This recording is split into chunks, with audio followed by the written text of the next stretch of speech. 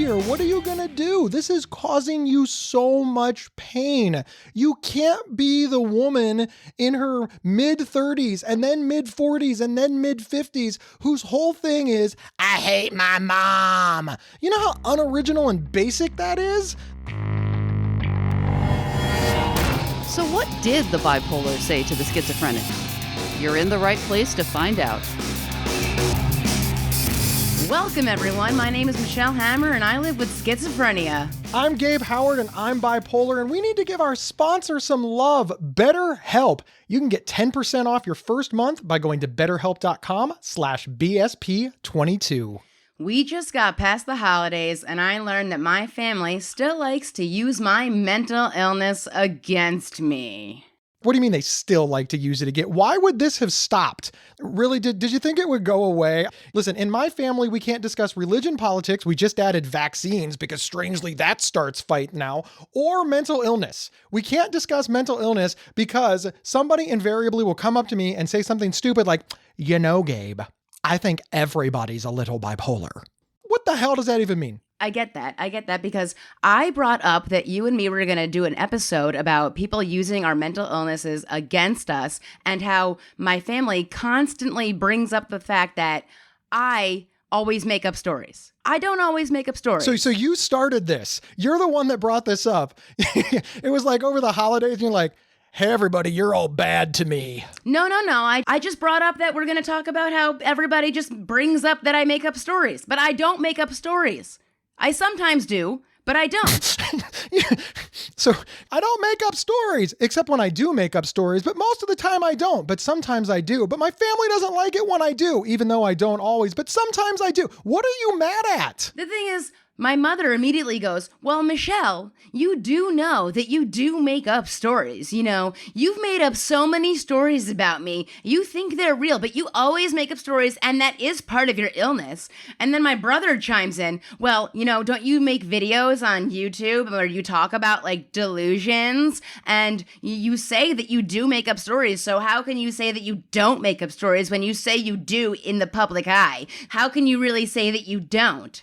But can you hear it from their perspective? First off, yeah, I get hit with the same thing all the time. People are like, well, you're always angry and you're yelling and screaming. And I'm like, I'm not doing any of those things. I'm politely explaining my position, right? I'm an advocate on the highest levels. It is my job to debate. And they're like, well, but when you do it, it has an edge and people are fearful because bipolar rage is a thing. I'm like, look, I'm not being rageful. I don't have wrath. I'm just explaining my position. And like, well, you know, you've said on your podcast before, Gabe, that you were angry and out of control.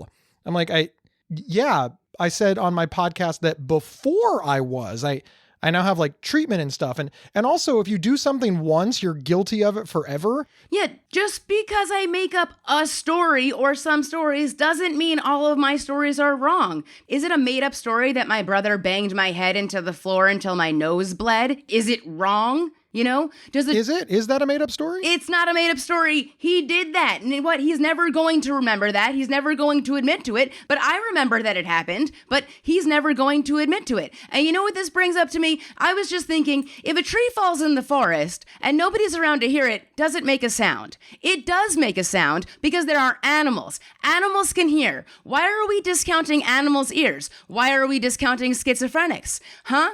Things happen. Just because we know it happened doesn't mean it should be discounted, just like animals should not be discounted like they can't hear. I know when my stories are real. You can say my stories are fake, but I know when they're real. So stop telling me that they're fake. Stop discounting my stories. I know that they're real when they're real. I know what happened. I want all the listeners to know that we are looking for that sweet PETA money, which is why we're defending animals right now. So good job, Michelle, working that in. I am sure the check will be in the mail. But listen, let me ask you this, Michelle. Now, hang on. First off, I'm not defending your brother. I wasn't there. Honestly, I don't even give a shit. I'm sorry that you and your brother got in a fight when you were children. I'm pretty sure that's just part of the normal human condition. The stuff that my brother did to me and that I did to him, and my sister got involved, there was 3 of us. You only had to contend with 2. So frankly, you're kind of being a wuss, but hang on a second. No, I'm not being a wuss. No. He was bigger than me. Stop. You're gigantic.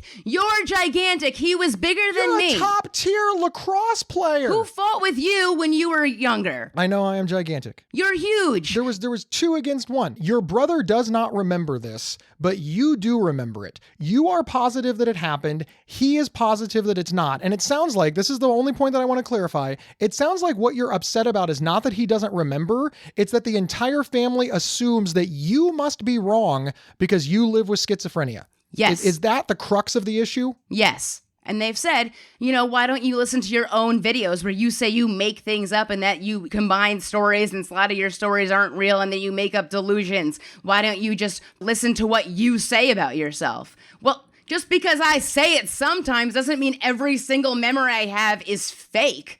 There's so many examples of this in our greater society where, presumed innocence, right? I get the advantage of being like you said, a giant white guy. So it is automatically assumed that I did nothing wrong until somebody proves that I did. But other members of our society, and we've seen the court cases just mete this out all the time. Well, he must have been up to something.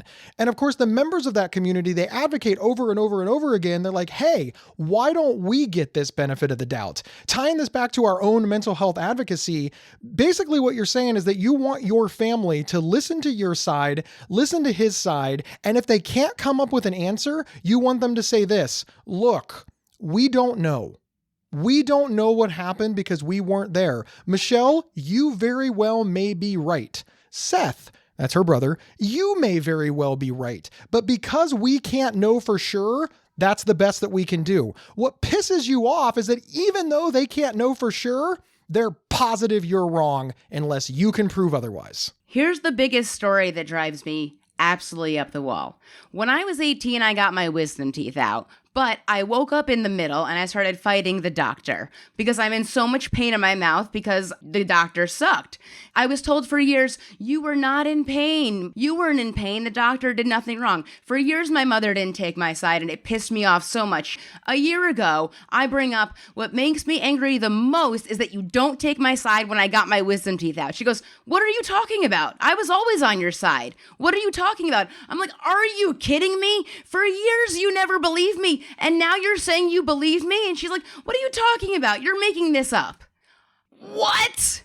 You just changed the biggest argument we've ever had. What? That makes me livid. Michelle, you have talked about numerous times, though, that you used to think that your mother was trying to kill you. And now that you know your mother was not trying to kill you, it was paranoia and a symptom of your schizophrenia. How do you rationalize that with all of the examples that you're giving me? You literally thought your mom was trying to kill you, so you can kind of see where maybe you get this other detail wrong. I mean, just sincerely. Well, no. Because I had one wisdom tooth left and a piece of another wisdom tooth because he couldn't finish the job because I woke up in the middle.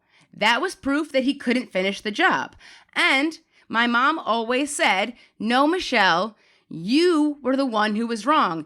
I was under the drugs or whatever they do to you when you take your wisdom teeth out. And I just kept saying I was in pain because my mouth was killing me. And she never believed me that it was his fault until a year ago when I brought it up and she said, I never took his side. I always took your side. Trust me on this one because for years, I fought with her about this. And she even brought it up with other people like my brother in the room. They both laughed at me and always said it was my fault. I know this is real because I had that conversation with her for years. And then all of a sudden, it flipped. So your mom is on your side now. Now she is, but it pisses me off that she's saying that she never said the other side and that I'm making that whole thing up. I'm not. Michelle, I get it. And I don't know if other listeners fight with their families as much as we fight with ours.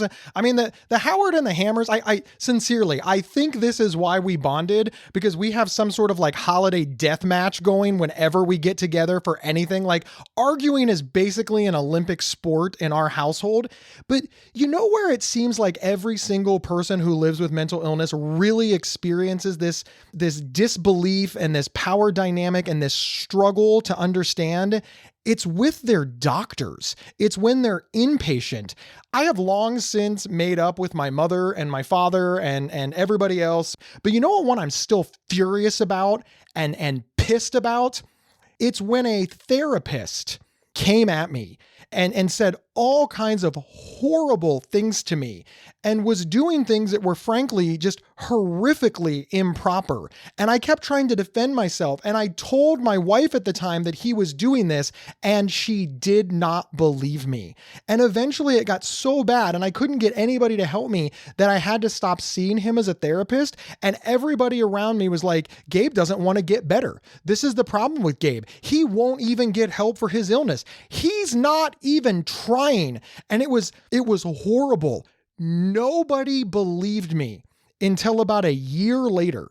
A year later, I'm no longer his patient. I hadn't been his patient for over a year. This bastard called my workplace and tried to get me fired from my job, utilizing things that were in my private medical records. That's ridiculous. Then everybody believed me. Everybody was like, Gabe, we're sorry. You're right. This guy has some sick fascination with you. I hired lawyers. We made complaints. It got real ugly real fast. That's ridiculous. The only way that I ever got anything through to my parents was that I was with a friend of mine and they're saying things to me like, and I'm like, you said this. They said, we didn't say that. And my friend was like, yeah, you did. Yeah, you did. To everything I was saying. They were like, we didn't say that. They're like, yeah, you said that. Yeah, you said that. So I finally had somebody backing me up, which proves that they say things to me and then pretend that they don't say things to me. So what's going on? Why do you say things to me and then don't? How does that feel, Michelle? On one hand, aren't you like super excited that you got back up and you got to win the argument? Yes. But doesn't it just gall you? Doesn't it gall you with like every fiber of your being that they didn't believe you, they believed some dumb friend you brought? Yes. Yes. All I need is a backup. You know what? Every time I'm go there, I'm just going to I'm going to turn on my phone and record the entire day. Now, what would happen, and I'm being serious, I'm being serious. I can already see the look on your face. You're like, nope, don't ask. What would happen if you listened back on that recording and found out you were wrong? Are you as quick to admit when you make a mistake as you want them to be? Judging by that long silence and Michelle's blank stare, we're going to go with Michelle never admits that she does anything wrong, which is exactly how her family is. So here's the good news. It turns out that maybe this isn't a schizophrenia thing. Maybe your family is just messed up. Maybe. This all started with my mother saying that I claimed, she did some horrible things, but that all happened in the past, in high school. So I understand in high school, I accused her of a lot of horrible things. It's not high school anymore. I've been out of high school for a really long time. Stop treating me like I'm the same person like I was back then. I'm not that same person. I understand when I'm hallucinating and delusional now. I know what things are real and what things are fake now. I know when you say something rude to me. I know when you tell me that I can't do something. And now that I sometimes have people backing me up, it really works. Just stop treating me like everything I say is wrong and stop saying that it's completely plausible because I talk about delusions on video. Shut up already. Just shut up.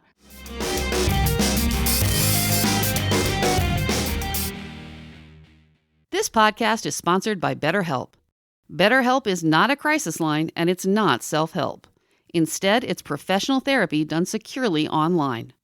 BetterHelp will determine your needs and match you with your own licensed professional therapist in under 48 hours. You'll get timely and thoughtful responses, plus you can schedule weekly video or phone sessions, so you won't ever have to sit in an uncomfortable waiting room as with traditional therapy. Visit BetterHelp.com/BSP22 and get 10% off your first month. Join the over 2 million people who have taken charge of their mental health. That's BetterHelp, H-E-L-P. Go to betterhelp.com/BSP22. And we're back discussing fighting with our families. You really dislike this idea that because you are being open and honest about your shortcomings and your issues and helping other people manage their schizophrenia, that it's being used against you. Is that what I'm hearing? Yes. That's what you're saying. You're like, if I sat at home and did nothing and helped nobody, you'd all say that I was selfish. But because I'm out there helping people and helping people understand and educating people, and I have this massive following of people whose lives are better because I'm so open, you've also managed to turn that into a negative. Yes, exactly. Why are you using my videos against me? I'm trying to help people, but you're turning it against me. What did I do wrong? I didn't do anything wrong. One of the things that I try to think about is this a protective factor on my family's part? Like maybe my mom and dad don't want to admit that they punished their son for wanting to kill himself, right? Like maybe my parents don't want to admit that they didn't realize how sick I was. Maybe my parents are denying this not because they're against me, but because they're protecting themselves. You know, my mom and dad don't want to be seen as bad parents. They want to be seen as good parents. And my parents did a lot of stuff right.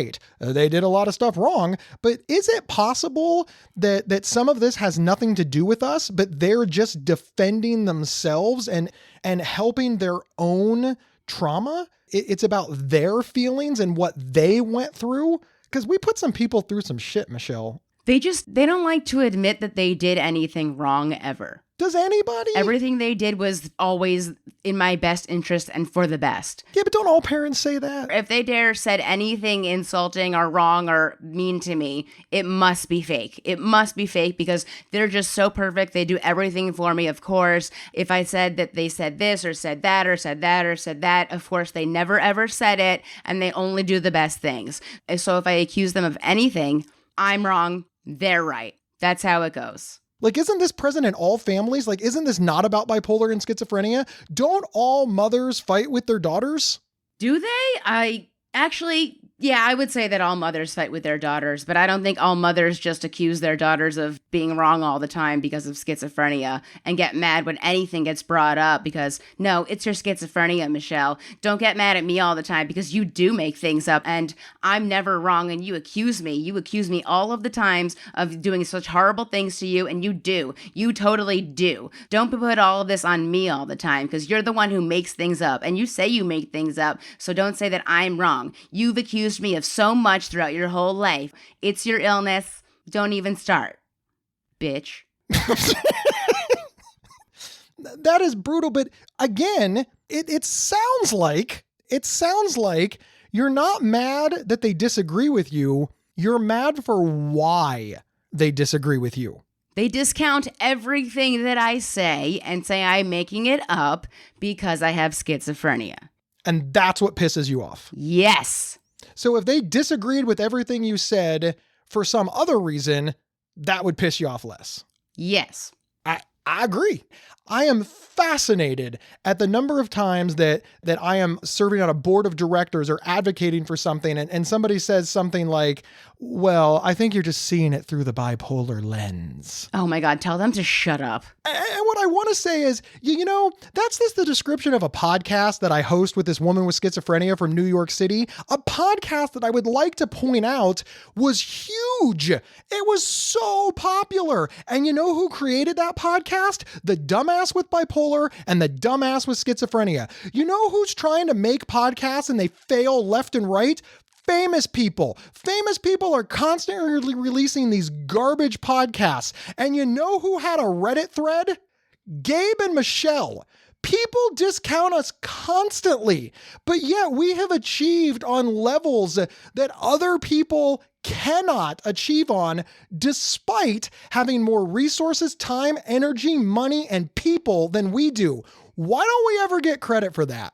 I want somebody to walk up to us and say, hey, you guys make money podcasting? You're goddamn right we do. Wow. Everybody else I know that has a podcast lives in their parents' basement. Michelle, do you live in your parents' basement? I definitely don't live in my parents' basement, but mostly because it's not a finished basement. That would be like really disgusting. So if it was a finished basement, you'd move in with your mom who would tell you that you only live there because you have schizophrenia? That's where you're going with this? No. That's your big mic drop moment? I'm ashamed of you right now. I would never live in my parents' basement. They live in suburbia. You can't even walk to anywhere unless you're walking for like an hour and a half to 2 hours. You need a car. And then where are you driving to? Lord and Taylor? I don't want to go there. What's Lord and Taylor? A stupid store where you buy expensive clothing. All the expensive clothing that you need to buy is on schizophrenic.nyc. That's what I'm saying. It's the first store created by a schizophrenic girl for anybody with money. That's what I like. I like money. I'm a fan of money. I wish I had more money. I love it. I'm a big fan of money. It's great. Is that why I should hire you for a job at the bank? Are you quoting Adam Sandler movies Yes, now? that is my favorite quote of Adam Sandler. That's how you get a job at a bank. Say you love money. Michelle, there's no way to tie this up in a bow, but you and I think people listening, it's not that we're against being wrong. It's not that we're against debating or being challenged. We're just against people looking at us and saying, we don't even have to consider you because you have X. It's abusive and it's mean and we can never overcome it. I'm going to have bipolar for the rest of my life. So if the only way that my family is going to see me as an equal is if I don't have bipolar, I've already lost. And you know how horrible that is? I wish more people understood that. And look, I'm in a much better place with my family than you are with yours because they only pull out that, Wrath of Gabe thing a couple of times a year, whereas your mom pulls out the schizophrenia thing a couple of times a conversation. Maybe, Michelle, this is just Gabe's advice to you, maybe stop bringing up the past. Maybe focus on the future.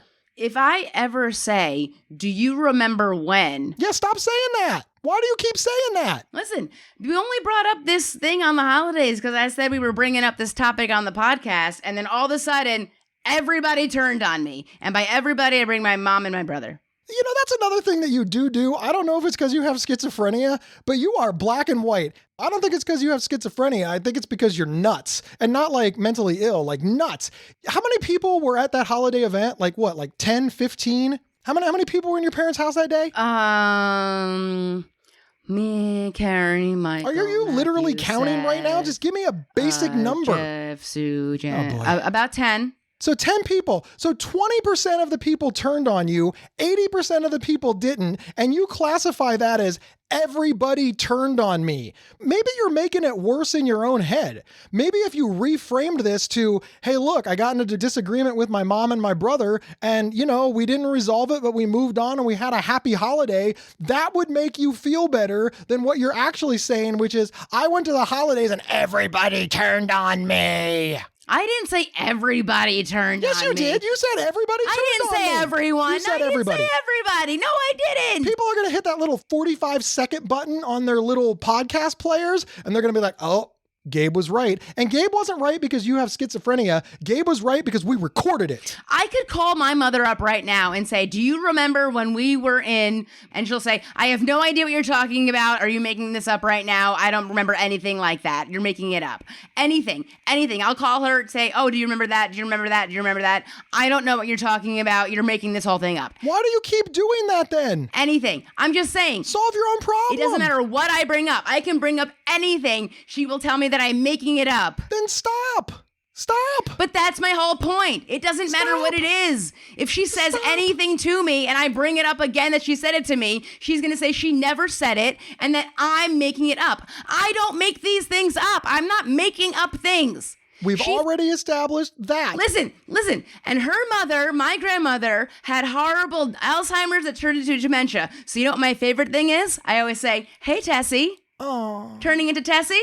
Is your name Tessie? Why you call your mom dead grandma names? Because I always claim that she's getting Alzheimer's. That's you don't remember getting Alzheimer's? Hi, Tessie. Are you trying to make the problem better, or are you just throwing gas on it and wondering why your family is so... Gabe, I don't need you fighting with me now. Yes, you do. That's the whole point of our podcast. Listen. We literally thought about renaming it a bipolar, a schizophrenic, and an argument.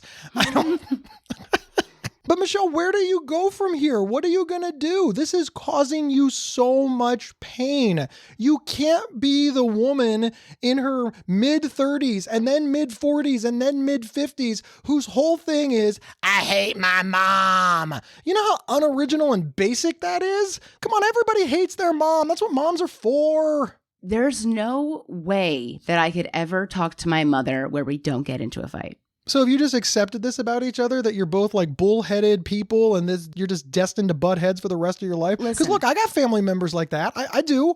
I know that there's going to be a throwdown whenever certain people walk in the room. I have just accepted this about them. When I had to move home after college, because that's what you unfortunately usually have to do after college, she's bugging me, she's bugging me, she's bugging me. I'm at the dinner table with my dad, and I say to my dad, you chose her, I didn't. What is that? What does that even mean? Just you and your mom get in a fight and you now insult your father's romantic relationship from before you were born? Look, I'm mad at your dad for picking her too, because if he wouldn't have picked her, the two of them never would have had you. And you know how much better my life would be? It would be worse, Gabe. Like how much more quiet? It would be worse. It would be. It would be so much worse, Gabe. This is growth, ladies and gentlemen. Michelle, we have banged this drum to death. The bottom line is we don't like it when people discount us based only on our illness. If people want to discount us, find other reasons. Do some homework. Michelle and I are, in fact, reasonable people, and we have achieved on really high levels in spite of our mental illness. I know that the people who are listening have also achieved things. They are achieving things. They're walking through hell and they're coming out the other side. And nobody wants to walk through hell, come out the other side and say, well, but you're mentally ill. How garbage is that? It's garbage. You know what's the worst? So how are you doing? How are you doing, Michelle? How are you doing? How are you doing? Is everything okay? How do you feel about how's love? Going? Like, yeah, how's everything? With your doctor? Are things good with your doctor? Michelle, we have to get out of here because we've only paid for the studio for like an hour. Are you ready to go? I'm ready to go. So listen up, everybody. You have been listening to A Bipolar, a Schizophrenic, and a podcast. And wherever you downloaded this episode, subscribe or follow to the show. It is completely free. And listen, the only way that we can grow is if you personally, you listening to this, tell a friend, post it on social media, send a text message, word of mouth. Frankly, we don't give a shit what you do, as long as you make Gabe and Michelle famous. Share the show. If you're interested in the first clothing line started by a New York schizophrenic chick, go to my online store at schizophrenic.nyc. And if you are interested in my book, Mental Illness is an Asshole and Other Observations, go to gabehoward.com and grab a signed copy, and I'll even throw in free swag. And listen, this is very important. Gabe and Michelle are allowed to leave our states, and we travel nationally as speakers. You can find out more information on our respective websites. And hey, right back where we started, you want to save 10% on your first month of online therapy? We set that up for you with our sponsor, BetterHelp. Check out BetterHelp by going to betterhelp.com/BSP22. And we will see everybody next week. It happened! You've been listening to A Bipolar, a Schizophrenic, and a Podcast, Season 2. Previous episodes can be found on your favorite podcast player or by visiting thisemotionallife.org/BSP. Have comments or show ideas? Hit up the show at bsp@thisemotionallife.org. Gabe and Michelle are not medical professionals. This podcast is not a substitute for medical advice and is for entertainment purposes only. If you need help, please call your doctor, emergency services, the National Suicide Hotline at 1-800-273-8255 or text HOME, HOME, to 741-741. Thank you for listening.